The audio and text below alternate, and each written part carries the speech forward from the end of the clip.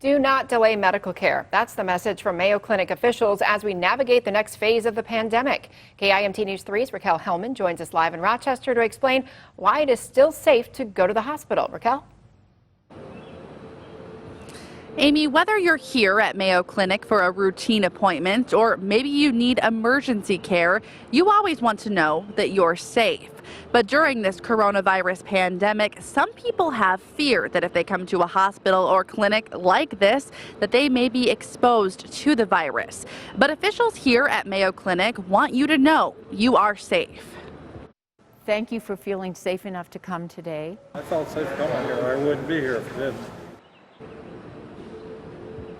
Since the start of the pandemic, Mayo Clinic has been taking extra precautions to keep both patients and staff safe.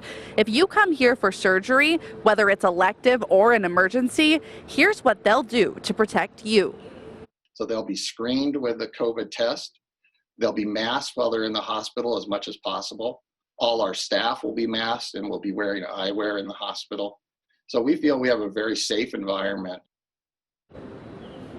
And those same protocols were followed in the earlier stages of the pandemic when they were only doing urgent emergency surgeries, mostly for cancer patients.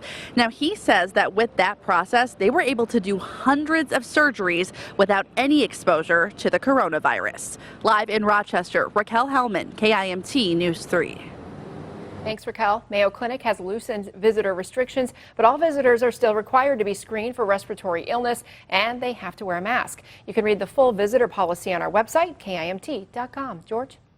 Well, despite potential setbacks from the pandemic, Rochester International Airport plans to reconstruct the runway